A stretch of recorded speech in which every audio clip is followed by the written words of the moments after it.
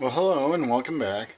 Today we're looking at the Colt 1908 25 caliber vest pocket, or otherwise known as the Model N. Now, the two examples that I have in front of me tonight are a 1909 to 1910 production and a 1945 production, so we can see the two ends of the spectrum here. Now, this was inspired by the success of an FN Browning pistol, the 1905 vest pocket pistol.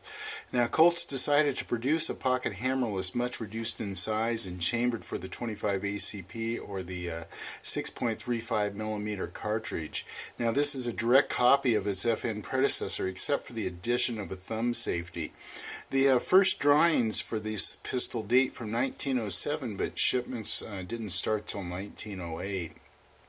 Now, Colt's produced 420,500 from 1908 to 1947. Now, production on these actually ceased December 30th of 1940, with leftover parts being used up in 1946 to 47, and they were able to put together 2,100 pistols from already machined parts and the pieces that they had in inventory. And it was at this point in time that Colts could no longer compete with low-cost imports, and so Colts contracted with Spain's Astra to use their pistols under the Colt name, and that lasted from 1957 to 1973, so a span of 16 years, and that was the Colt Jr., of course. Now, the pistol here is 4.5 inches long.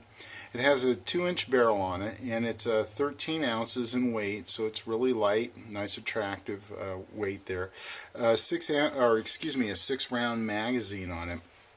So the finish on these, the first pistol, as you can see here in my right hand, these were finished in the time period finish, which was the deep rich charcoal blue, and that changed in 1914 to a more durable brushed or brushed finish blue, and you can see there it's a lot duller, not nearly as attractive as their early one, but of course much more durable.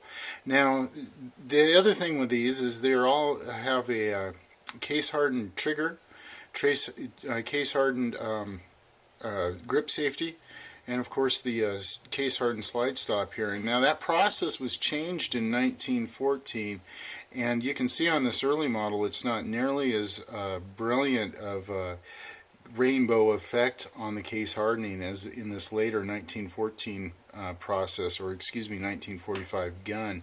It's just, it looks much better. You can see it here on the trigger too pretty well. Now, the earliest models didn't have the logo on the back, and in 1913 Colt added the logo to the left of the rear slide. And then the grips on these were, of course, started out rounded like this, and in 1914, at approximately serial number 105,000, the top of the grip was made flat instead of round.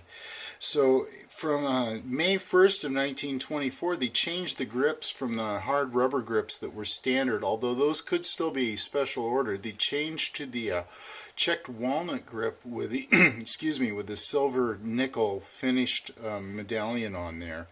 Now, some other things too, the bottom of these, you can see on the bottom of the magazine, on the early models, there's no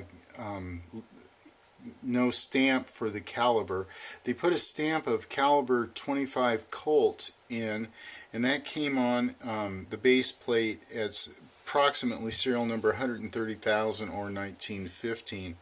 Now, the next big cosmetic change or noticeable change on these is there were 16 slide serrations when they first started out. Then in 1913, or approximately 84,000 serial number range, the number of serrations were reduced to 14.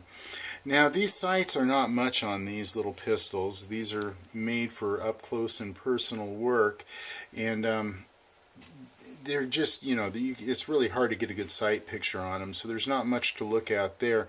Now, the early models, this groove up here in the top was smooth, and in the later models, or starting at what was it, approximately serial number 125,000, or excuse me, 195,000, this became grooves in the top here. You can really see these grooves from the machining process across that. Now, some of the other noticeable little changes is this concave cut here in the front. I'm going to grab my one from 1908. It's much more obvious, but this little concave cut above the recoil spring housing, you can see is longer on this one here and much shorter. It's actually in front of the frame on this one. Now, that was changed in 1915. And then another noticeable change here too is we have the trigger width on these was changed in I believe it was 1910. They changed it about 1/10 of an inch. Now, some other things too, the barrel on these early ones is fully blued, and then that was changed in 1914 to where they went to a polish and they left it unblued. Now, some of the other things too, in 1920 the flutes on here were changed, and they were made a little bit bigger so you can get a grip on them with your finger, and then the ejector port was enlarged slightly.